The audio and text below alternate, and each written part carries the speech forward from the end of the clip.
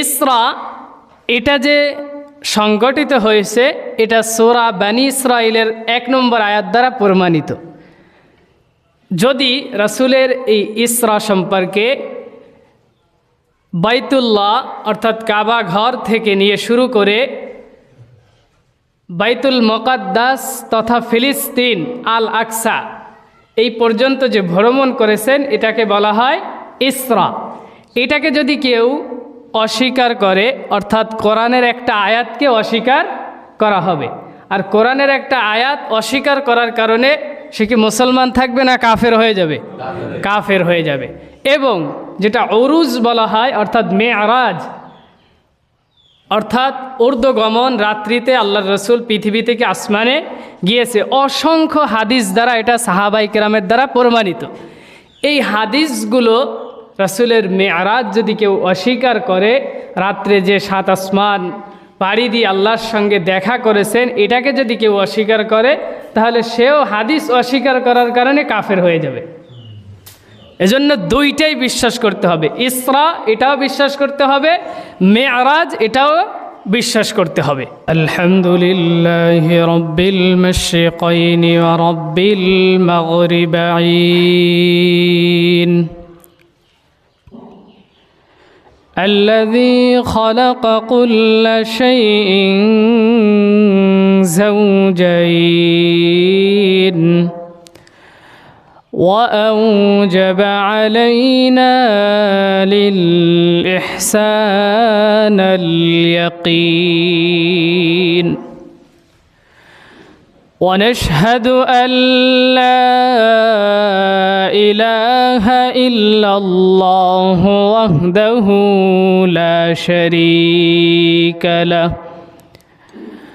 ونشهد أن سيدنا وسندنا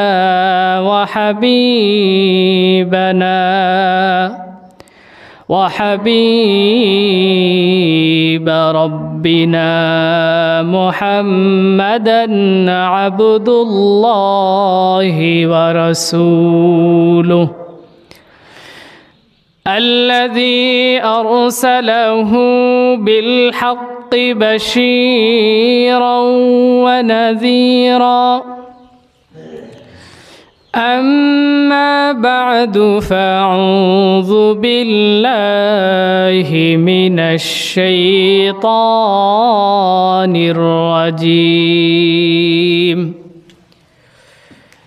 بسم الله الرحمن الرحيم سبحان الذي أسرى بعبده ليلا من المسجد الحرام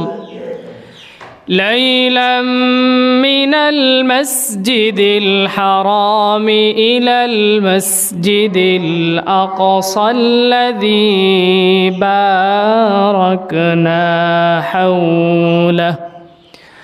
باركنا حوله لنريه من آياتنا إنه هو السميع البصير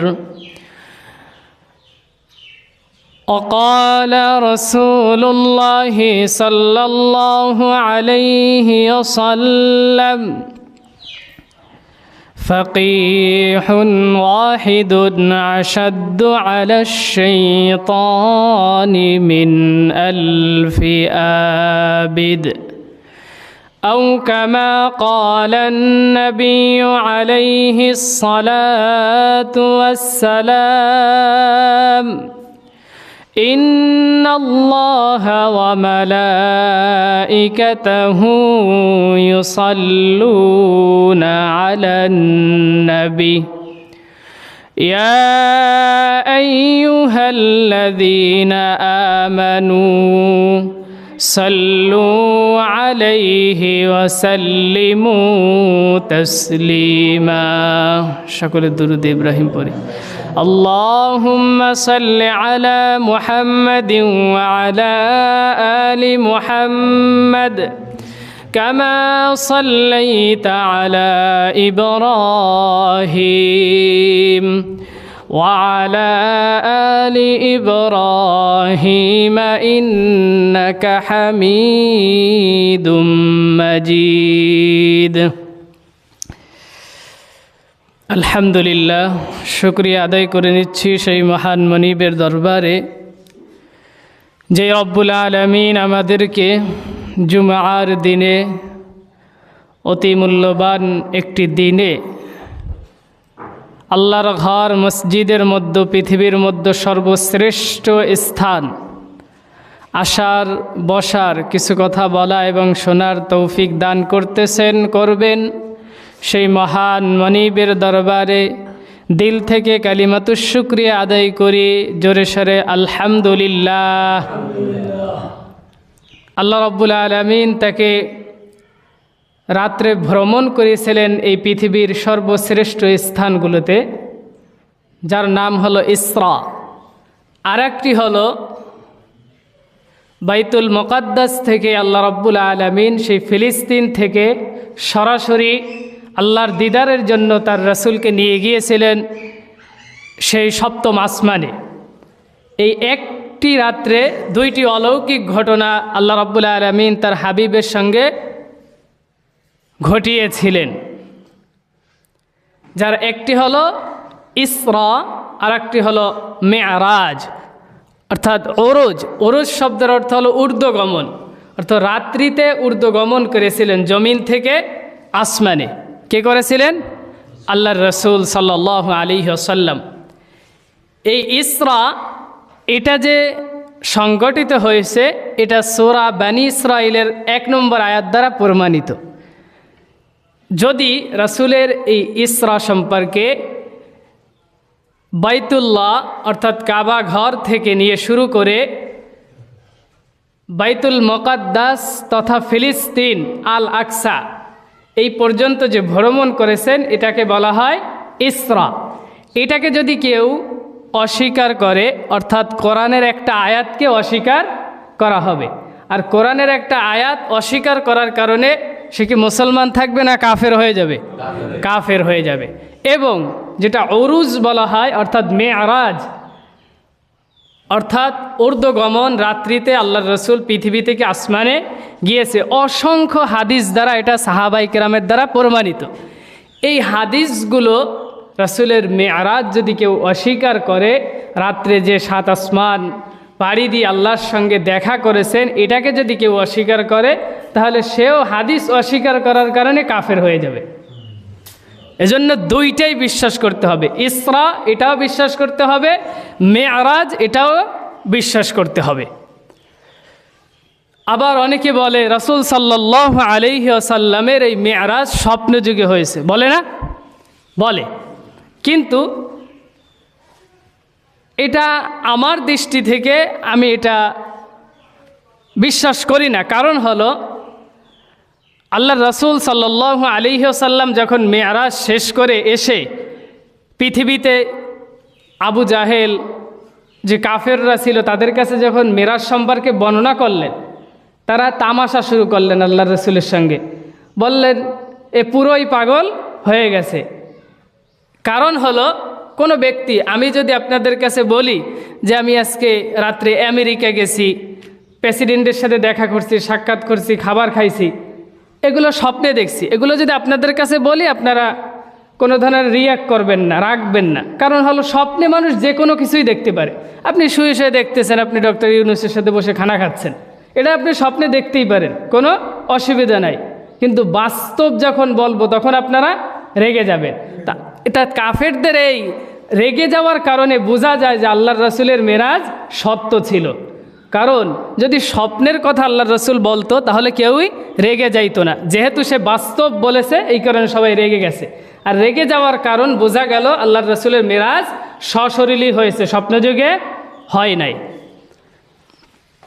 আল্লাহর রাসূল সাল্লাল্লাহু আলাইহি ওয়াসাল্লাম এই যে ইসরা, যেটা পৃথিবীর কাবা ঘর থেকে নিয়ে শুরু করে বাইতুল মুকাদ্দাস পর্যন্ত ভ্রমণ করলেন।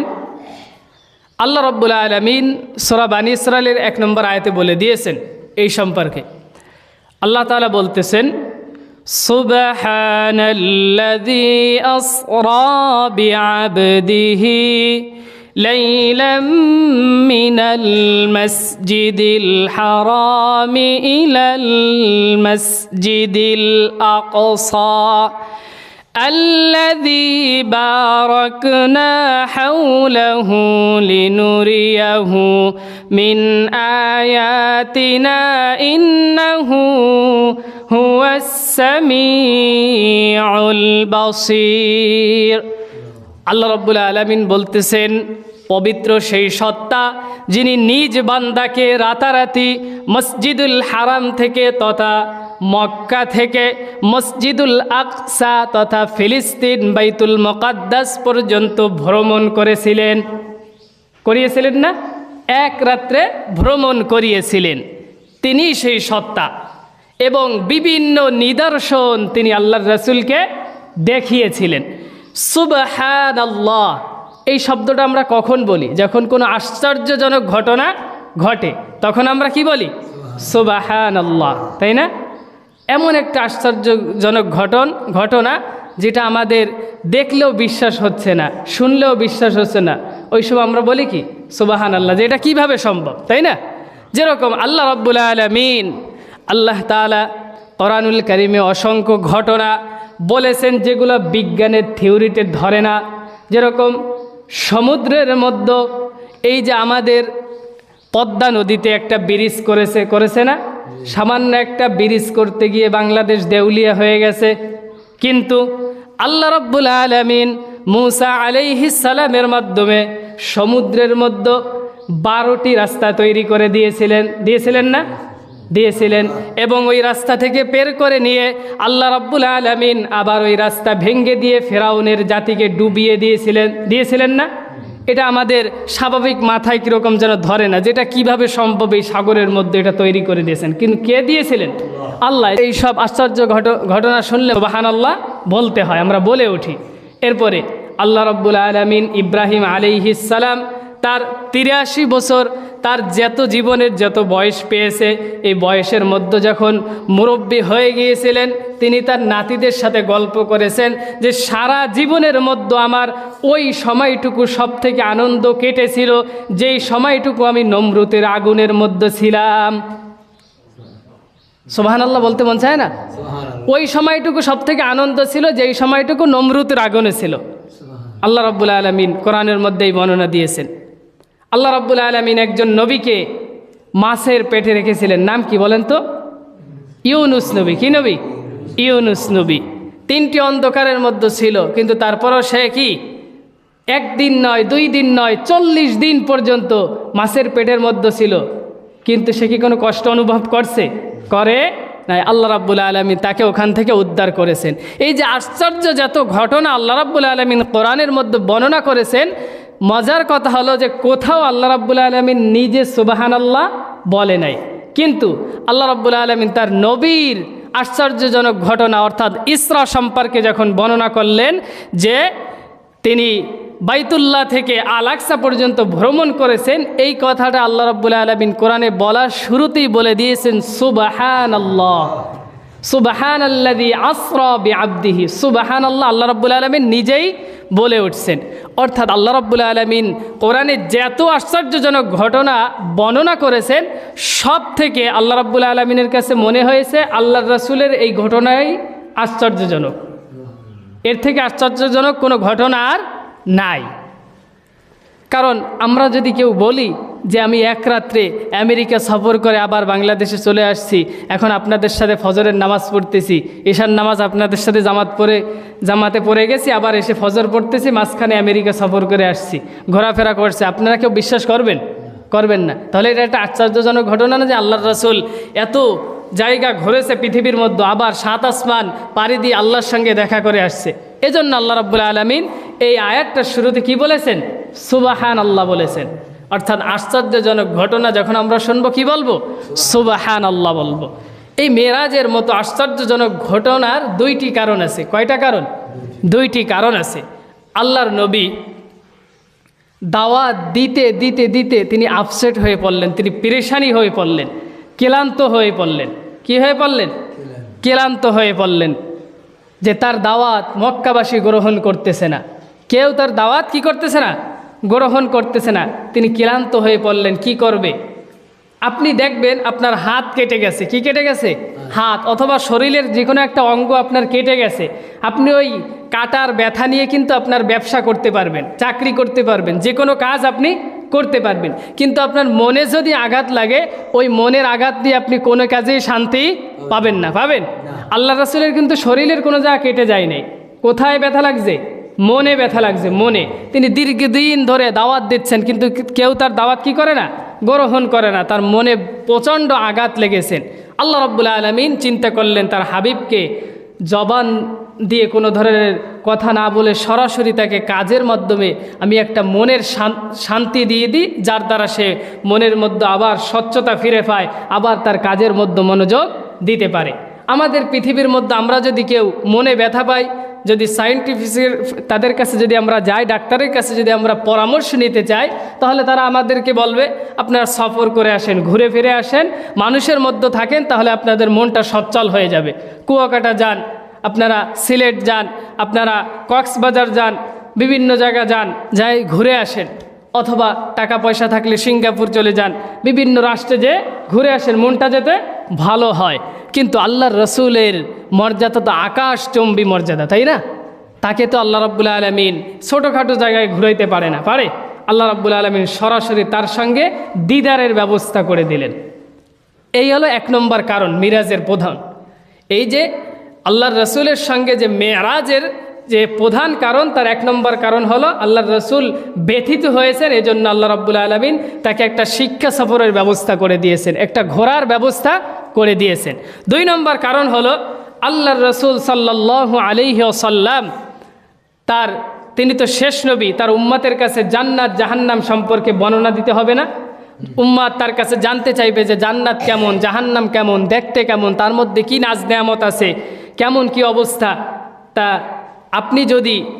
আমি যদি হজ সম্পর্কে, মক্কা মদিনা সম্পর্কে আপনাদের সামনে বর্ণনা দিই, আমি যতটা ভালো বর্ণনা দিতে পারবো, তার থেকে যে হজ করে এসেছে সে আরও উত্তমভাবে বর্ণনা দিতে পারবে, কারণ সে দেখে আসছে। আর আমি পরে আপনাদের কাছে বলতেছি, পরে বলা আর দেখে বলা দুইটা কিন্তু এক না।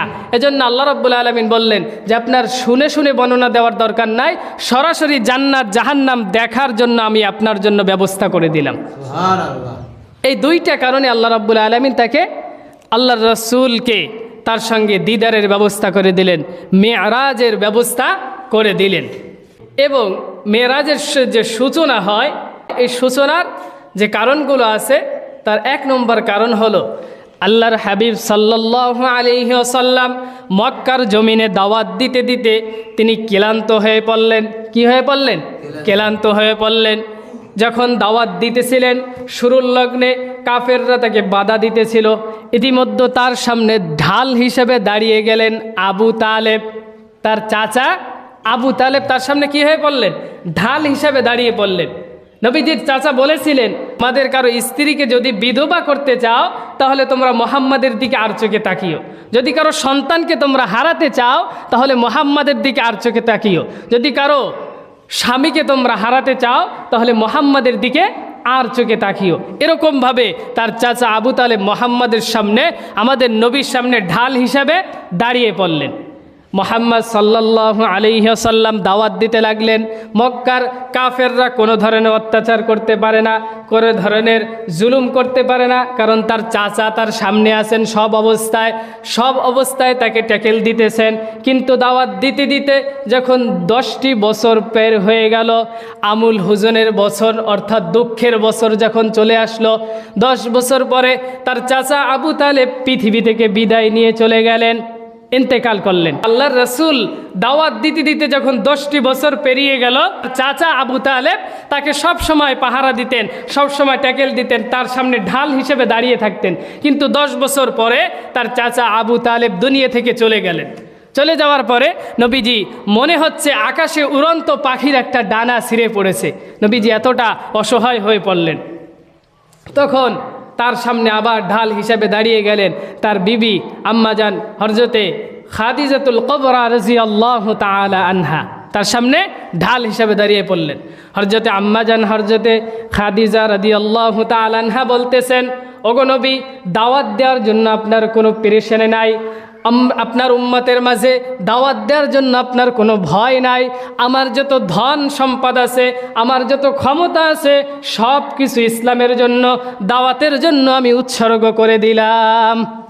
কে বলেছেন? তার বিবি খাদিজা রাদিয়াল্লাহু তাআলা আনহা।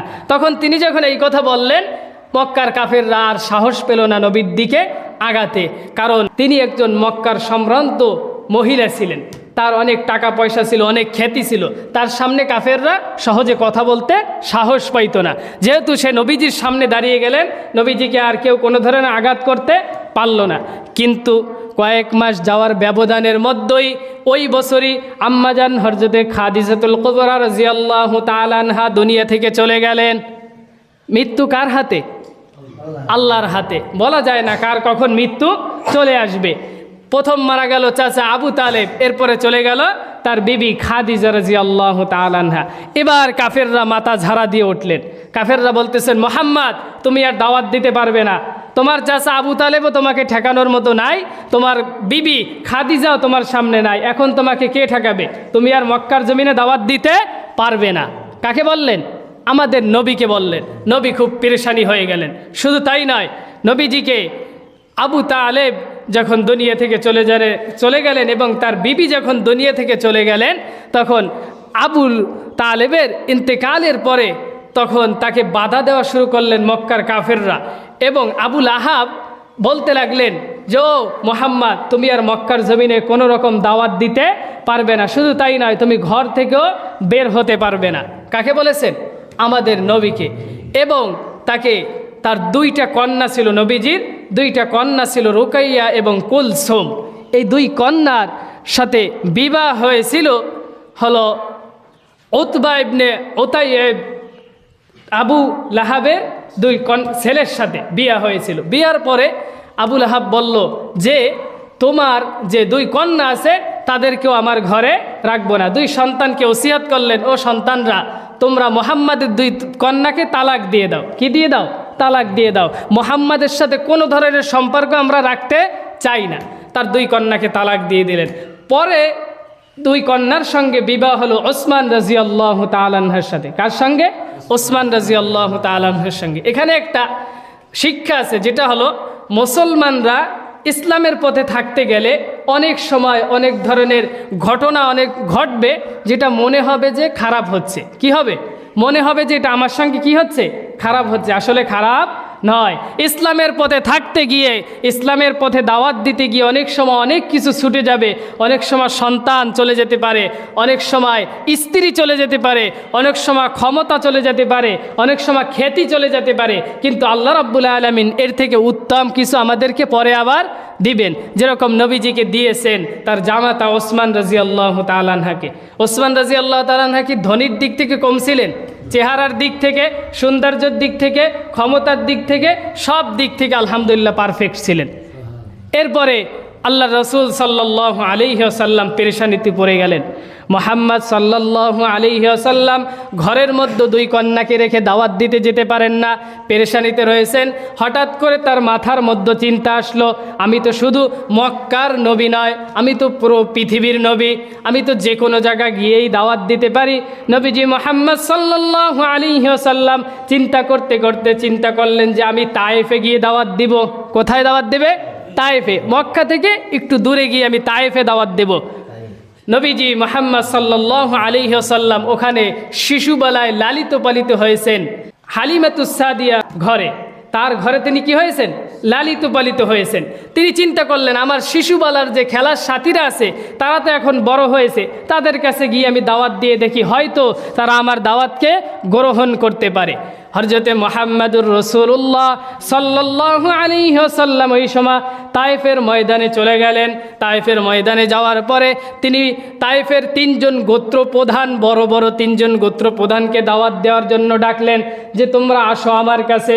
তারা যখন মুহাম্মদ সাল্লাল্লাহু আলাইহি ওয়াসাল্লামের সামনে হাজির হলেন, হাজির হওয়ার পরে রাসূল সাল্লাল্লাহু আলাইহি ওয়াসাল্লাম সরাসরি তাদের কাছে কালেমার দাওয়াত দিলেন, ইসলামের দাওয়াত দিলেন, দিন কায়েমের দাওয়াত দিলেন। দাওয়াত দেওয়ার পরে তায়েফের গোত্র প্রধানদের দাওয়াত দেওয়ার একটাই কারণ ছিল, যদি নেতা ভালো হয়ে যায় তাহলে কর্মীরা অটোমেটিক ভালো হয়ে যাবে। কারণ যদি সমাজের নেতাগুলো ভালো হয়, কর্মীদেরকে আর ভালো বানানোর প্রয়োজন হবে না, নেতার চাপে অটোমেটিক কর্মী ভালো হয়ে যাবে। মাঝে মাঝে কর্মী দেখে মাপা যায় যে নেতার চরিত্র কেমন। এজন্য শুধু নেতাকে মানলে হবে না, নেতার চরিত্র দেখে তারপরে নেতাকে ফলো করতে হবে। আল্লাহর রাসূল সাল্লাল্লাহু আলাইহি ওয়াসাল্লাম তায়েফের 3জন গোত্র প্রধানকে যখন দাওয়াত দিলেন, তারা তো আল্লাহর রাসূলের দাওয়াত গ্রহণ করলেন না। শুধু দাওয়াত গ্রহণ না করে ক্ষান্ত হয়নি, আল্লাহর রাসূল সাল্লাল্লাহু আলাইহি ওয়াসাল্লামকে তারা পাগল আখ্যায়িত দিলেন এবং তায়েফের সকল লোকজনকে আল্লাহর রাসূলের পিছনে লেলিয়ে দিলেন। আল্লাহর রাসূল সাল্লাল্লাহু আলাইহি ওয়াসাল্লামকে তায়েফের লোকজন, তায়েফের বাচ্চারা পর্যন্ত পাথর মারতে লাগলেন। কি মারতে লাগলেন? পাথর মারতে লাগলেন। পাথর মারতে মারতে আল্লাহর রাসূল সাল্লাল্লাহু আলাইহি ওয়াসাল্লামের সঙ্গে একজন খাদেম ছিলেন, তিনি সকল পাথরগুলো তার বুকে নিয়ে নিলেন। বুকে নিতে নিতে যখন বুকটা ঝাঁঝরা হয়ে তিনি জমিনের মধ্যে যখন পড়ে গেলেন, তখন আল্লাহর রাসূল সাল্লাল্লাহু আলাইহি ওয়াসাল্লামের গায়ে পাথরগুলো লাগতে লাগলো। গায়ে পাথরগুলো লাগতে লাগতে আল্লাহর রাসূল রক্তাক্ত হয়ে গেলেন। কি হয়ে গেলেন? রক্তাক্ত হয়ে গেলেন। রক্তাক্ত হওয়ার পরে আল্লাহর রাসূল সাল্লাল্লাহু আলাইহি ওয়াসাল্লাম পেরেশানি হয়ে, ক্লান্ত হয়ে আবার মক্কায় ফিরে গেলেন। মক্কায় ফিরে গিয়ে আল্লাহর রাসূল সাল্লাল্লাহু আলাইহি ওয়াসাল্লাম বিশ্রামের জন্য উম্মে হানি, তার চাচাতো বোন ছিল, তার ঘরের মধ্যে বিশ্রাম করা শুরু করলেন। কোথায় বিশ্রাম করা শুরু করলেন? উম্মে হানির ঘরে বিশ্রামের জন্য আল্লাহর রাসূল ঢুকে পড়লেন। তায়েফের মানুষ তার দাওয়াত গ্রহণ করলো না, মক্কাবাসী তার দাওয়াত গ্রহণ করলো না। পেরেশানি হয়ে, ক্লান্ত হয়ে তিনি উম্মে হানির ঘরে তিনি শুয়ে থাকলেন। অর্থাৎ তার চাচাতো বোন ছিল, আবার তার দুধ বোন ছিল। আর দুধ ভাই এবং দুধ বোন দুইজনের দেখা দেওয়া কি ইসলামের দৃষ্টিতে জায়েজ। এজন্য তার ঘরেতে শুয়েছিলেন এবং শুয়ে শুয়ে সে চিন্তা করতেছেন আর চোখ থেকে তার পানি ফেলতেছেন যে এরা তো আমার দাওয়াত গ্রহণ করলো না। এরকম চিন্তা করতে করতে, একটু খেয়াল করেন আপনারা, এটা হলো ইসরার ঘটনা আপনাদেরকে বলতেছি যে নবীজি জমিনের মধ্যে মক্কা থেকে বাইতুল মুকাদ্দাস কেমন ভ্রমণ করেছিলেন। আল্লাহর রাসূল সাল্লাল্লাহু আলাইহি ওয়াসাল্লাম শুয়ে শুয়ে চিন্তা করতেছেন, চোখ দুটো বন্ধ কিন্তু মনটা সজাগ। আমরা অনেক সময় শুয়ে থাকি, ঘুমাই না কিন্তু চোখ বন্ধ থাকে, এরকম হয় না? আল্লাহর রাসূল এরকম শুয়ে শুয়ে চিন্তা করতেছেন এবং চোখ থেকে পানি পড়তেছে। এমন অবস্থায় ছাদটা, তার ঘরের যে ছাদটা ছিল, এই ছাদটা ফাঁক হয়ে গেল। ফাঁক হয়ে গেল। আল্লাহর রাসূল দেখতেছেন ছাদ থেকে নেমে আসতেছে সব সময় তার কাছে যে ওহী নিয়ে আসে জিবরাইল আলাইহিস সালাম, এবং সঙ্গে 2জন ফেরেশতা, তিনি নেমে আসলেন। আল্লাহর রাসূলের এই যে ঘরের মধ্যে ছাদ থেকে আসার রহস্য হলো একটা, অনেক দরজা তো ছিল না, দরজাগুলো বন্ধ ছিল, কিন্তু জিবরাইল আলাইহিস সালামের আসার জন্য কি কোনো দরজা দরকার? কোনো আলাদা ফাঁক দরকার? কোনো কিছুই প্রয়োজন হয় না। কিন্তু তারপরও ছাদ ফাঁক করে কেন আসলেন? এর কারণ হলো আল্লাহর রাসূলকে তিনি বুঝাতে চেয়েছেন যে আজকে আশ্চর্য কোনো ঘটনা ঘটবে। আল্লাহর রাসূল সাল্লাল্লাহু আলাইহি ওয়াসাল্লামকে জিবরাইল আলাইহিস সালাম এসে বললেন, আপনার পেরেশানির কোনো কারণ নাই, আল্লাহ রাব্বুল আলামিন আপনার জন্য একটা সফরের ব্যবস্থা করেছেন। সরাসরি আল্লাহর সঙ্গে আপনি দিদার করবেন আজকে এই রজনীতে। আল্লাহর রাসূল সাল্লাল্লাহু আলাইহি ওয়াসাল্লামকে 3 ফেরেশতা এইভাবে ধরে উঠিয়ে নিয়ে গেলেন। নিয়ে গিয়ে মক্কার পাশে হাতিমে কাবা একটা স্থান আছে, মক্কা কাবা শরীফের পাশে হাতিমে কাবা নামক একটা স্থান আছে, উঁচু একটা স্থান, ওখানে নিয়ে আল্লাহর রাসূলকে শুয়ে দিলেন। আল্লাহর রাসূল সাল্লাল্লাহু আলাইহি ওয়াসাল্লাম বলেছেন, কোনো হাজী সাহেব, কোনো ব্যক্তি, কোনো উম্মাত যদি এই কাবার সামনে হজ করতে এসে এই হাতিমে কাবার মধ্যে 2 রাকাত সালাত আদায় করতে পারে, তাহলে কাবা শরীফের ভিতর 2 রাকাত সালাত আদায় করার যেই সওয়াব, ওই সওয়াব তার আমল নামায় আল্লাহ রাব্বুল আলামিন দিয়ে দিবেন। হাতিমে কাবার মধ্যে আল্লাহ রাসূলকে শুয়ে দিয়ে তার এই গলা থেকে, এই কণ্ঠনালী থেকে নিয়ে শুরু করে নাভি পর্যন্ত জিবরাইল আলাইহিস সালাম ফেরে ফেললেন। কি করলেন? ছিঁড়ে ফেললেন। ছিঁড়ে ফেলার পরে আল্লাহর রাসূল সাল্লাল্লাহু আলাইহি ওয়াসাল্লামের কলব ও আখরাজাহুল কলব, তার কলবটা বের করলেন। কলবটা বের করে একটা পাত্রের মধ্যে পানি ছিল তার মধ্যে রাখলেন। এই পানিটা ছিল জমজমের পানি। কিসের পানি? জমজমের পানি। আল্লাহর রাসূল সাল্লাল্লাহু আলাইহি ওয়াসাল্লামের কলবটা জমজমের পানি দ্বারা ধৌত করলেন। আল্লাহ রসুল সাল্লাল্লাহু আলাইহি ওয়াসাল্লাম জিবরাইল আলাইহিস সালামকে প্রশ্ন করলেন যে আল্লাহর দিদারে নেবা ভালো কথা, কিন্তু আমার বুক চিরে এই কলব ধোয়ার প্রয়োজন কি? আমার হাট ধোয়ার কি প্রয়োজন আছে?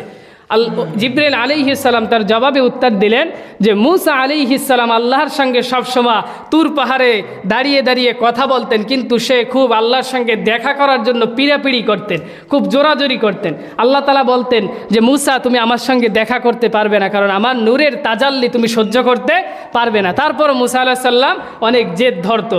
তারপরে আল্লাহ রাব্বুল আলামিন একদিন বলল, তাহলে আমার একটা নূরের পর্দা সরিয়ে একটু ঝলকানি দেব, যদি তুমি এটা সহ্য করতে পারো তাহলে তোমার সঙ্গে আমার দিদার হবে। পরে আল্লাহ রাব্বুল আলামিন একটা নূরের পর্দা সরিয়ে ঝলকানি দিলেন। সেই ঝলকানিতে মুসা আলাইহিস সালাম বেহুশ হয়ে পড়ে গেলেন এবং তুর পাহাড় পুড়ে সুরমা হয়ে গেল। এজন্য অর্থাৎ 33,000 ভোল্টের যে লাইন আছে, যে তার আছে, তার সঙ্গে যদি আমরা 10 ওয়াটের একটা 10 পাওয়ারের একটা বাল্ব লাগিয়ে দিই, তাহলে কি গাজীরঘাট এলাকা পুরো আলো হয়ে যাবে নাকি বাল্ব ফেটে যাবে? ফেটে যাবে না? ফেটে যাবে। এজন্য আল্লাহর রাসূলকে জিবরাইল আলাইহিস সালাম বুঝাতে চাইতেছে যে আপনার হাত থেকে আল্লাহ রাব্বুল আলামিন এই পানি দ্বারা ধৌত করে আল্লাহ রাব্বুল আলামিনের নূরের তাজাল্লি যেন আপনি সহ্য করতে পারেন, সেই উপযোগী করে তুলবে, এজন্য আমাকে পাঠিয়েছেন। আল্লাহ রসুল সাল্লাল্লাহু আলাইহি ওয়াসাল্লামের ওই কলবটা ধোয়ার পরে আবার ভিতরে রেখে দিলেন। রেখে দিয়ে জিবরিল আলাইহিস সালাম তার এই বুকটাকে লাগিয়ে দিলেন, যেটাকে বলা হয় ওপেন হার্ট সার্জারি। আমাদের বিজ্ঞান এখন এই থেকে সার্জারি করে, মানুষের হার্ট সার্জারি করে না, এই থেকে শিক্ষা নিয়েছে রাসূলের এই মেরাজ থেকে। প্রত্যেকটা রাসূলের মেরাজটা একটা কি শিক্ষা সফর। আমাদের সমাজে যুব সমাজ স্কুল থেকে শিক্ষা সফরে যায় না?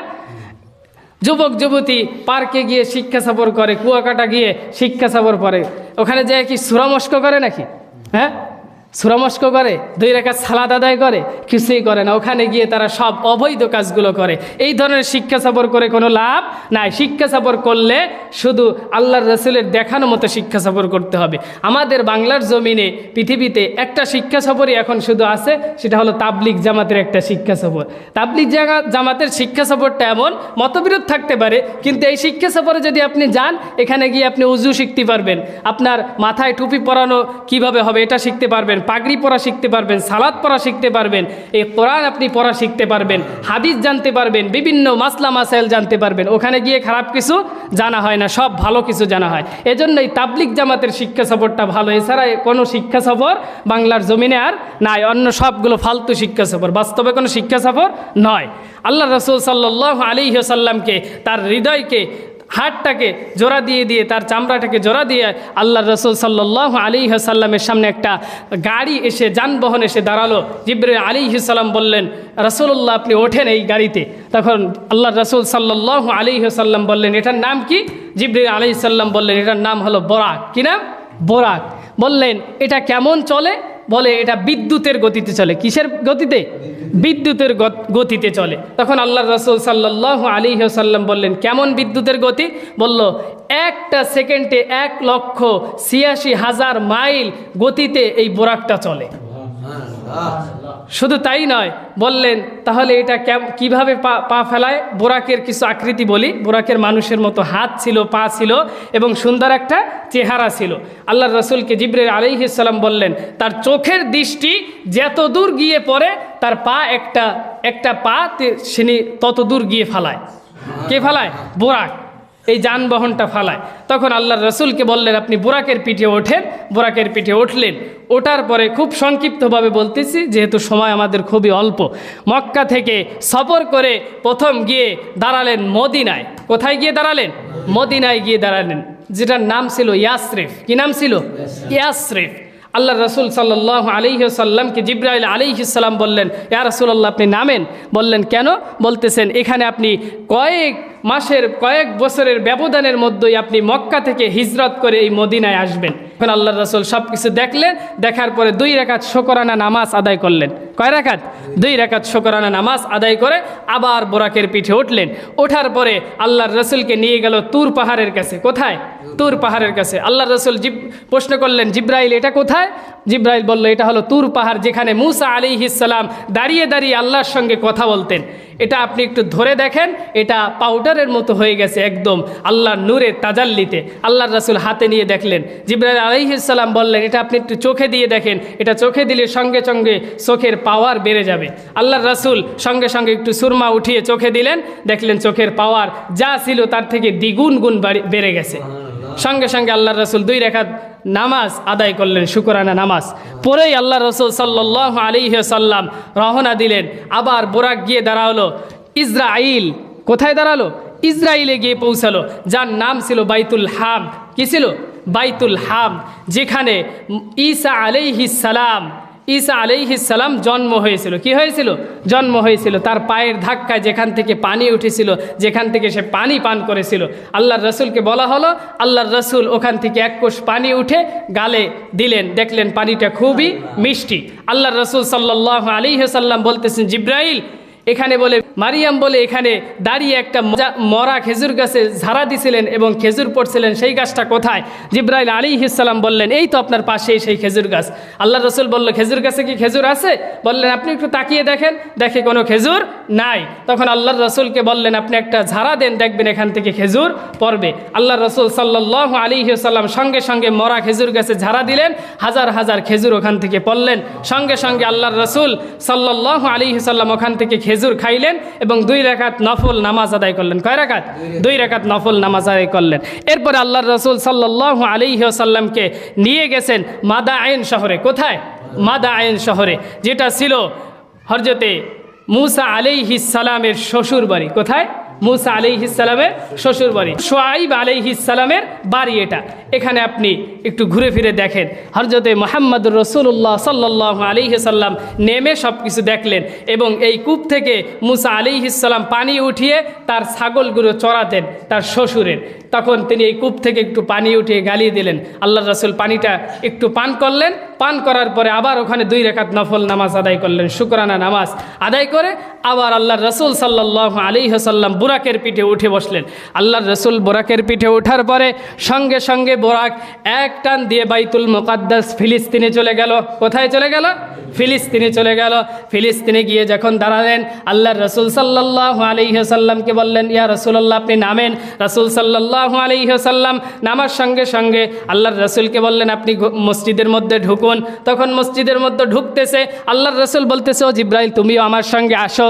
জিবরাইল আলাইহিস সালাম বললেন, আমি একটু পরে আসি, আপনি ভিতরে যান। বললেন, কেন পরে আসবে?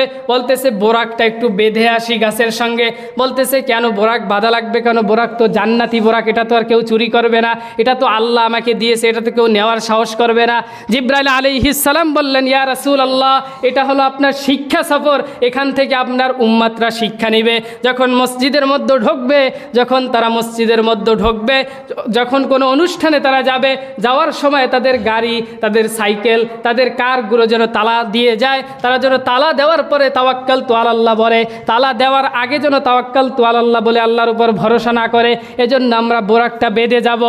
আল্লাহর রাসূল সাল্লাল্লাহু আলাইহি ওয়াসাল্লামকে জিবরাইল আলাইহিস সালাম নিয়ে মসজিদের মধ্যে আল আকসার মধ্যে প্রবেশ করলেন। প্রবেশ করার পরে আল্লাহর রাসূল বলতেছেন, এ জিবরাইল এত মানুষ এরা কারা? জিবরাইল আলাইহিস সালাম বলতেছেন, এরা হলো আদম আলাইহিস সালাম, নূহ আলাইহিস সালাম, ইউসুফ আলাইহিস সালাম, ঈসা আলাইহিস সালাম, ইদ্রিস আলাইহিস সালাম, হারুন আলাইহিস সালাম, সকল নবীরা এখানে আছেন। আল্লাহর রাসূলের সঙ্গে সকল নবীদের সঙ্গে জিবরাইল আলাইহিস সালাম সাক্ষাৎ করে দিলেন। সাক্ষাৎ করে দেওয়ার পরে আল্লাহর রাসূলকে বললেন, এবার আপনি 2 রাকাত নামাজের ইমামতি করবেন। কে বলতেছেন? জিবরাইল আলাইহিস সালাম আল্লাহর রাসূলকে বলতেছেন, এখন আপনি 2 রাকাত নামাজের ইমামতি করবেন। আজকে 2 রাকাত সালাতের ইমামতি করবেন। যেহেতু মুহাম্মদ সাল্লাল্লাহু আলাইহি ওয়াসাল্লাম শেষ নবী মসজিদে আল আকসার মধ্যে ঢুকেছে, ওই সময় অন্য কোনো নবীর ইমামতি করার সাহস আর নাই। ওই সময় ইমামতি করবে কে? আমাদের নবী হযরতে মুহাম্মদ রাসূলুল্লাহ সাল্লাল্লাহু আলাইহি সাল্লাম বললেন, আজকে 2 রাকাত নামাজের ইমামতি করার দ্বারা আপনি শুধু মুরসালিন থাকবেন না, আপনি হয়ে যাবেন ইমামুল মুরসালিন। সকল নবীদের নবী হয়ে যাবেন, সকল ফেরেশতাদের নবী আপনি আজকে হয়ে যাবেন। আল্লাহ রাসূল সাল্লাল্লাহু আলাইহি সাল্লাম 2 রাকাত নামাজের ইমামতি করলেন এবং ইমামতি করার পরে ওখান থেকে আল্লাহর রাসূল সাল্লাল্লাহু আলাইহি সাল্লাম আবার বুরাকে উঠে 7 আসমান পাড়ি দিয়ে আল্লাহর সঙ্গে দেখা করেছেন, যেটা হলো মিরাজের ঘটনা। আর এই বাইতুল মুকাদ্দাসের যে নামাজ ছিল এই পর্যন্ত হলো ইসরার ঘটনা। কিসের ঘটনা? ইসরার ঘটনা, অর্থাৎ দুনিয়ায় রাত্রি ভ্রমণ কে করিয়েছেন? আল্লাহ তাআলা করিয়েছেন। কাকে করিয়েছেন? আল্লাহর রাসূলকে করিয়েছেন। কি সফর? শিক্ষা সফর। এজন্য আমাদের এই যে শিক্ষা আছে এই সফরের মধ্যে এগুলো আমল করার চেষ্টা করতে হবে ইনশাআল্লাহ। মেরাজের ঘটনা আগামী সপ্তাহে বলার চেষ্টা করব, যেহেতু লম্বা ঘটনা, এটা 1 সপ্তাহে 2টা জিনিস সম্ভব না। এক রাত্রে 2টা ঘটনা ঘটছে, একটা হলো ইসরা আর একটা হলো কি? মেরাজ। আজকে আমরা শেষ করলাম কিসের ঘটনা? ইসরার ঘটনা, ইসরার কাহিনী। আগামী সপ্তাহে ইনশাআল্লাহ মেরাজের আলোচনা করব। আল্লাহ রাব্বুল আলামিন এই ইসরার যে ঘটনা আছে এ থেকে যে শিক্ষা পেয়েছি এ থেকে আমল করার তৌফিক দান করুন। সকলে বলুন আমিন। সুবহানাকাল্লাহুম্মা ওয়া বিহামদিকা আস্তাগফিরুকা ওয়া আতুবু ইলাইক।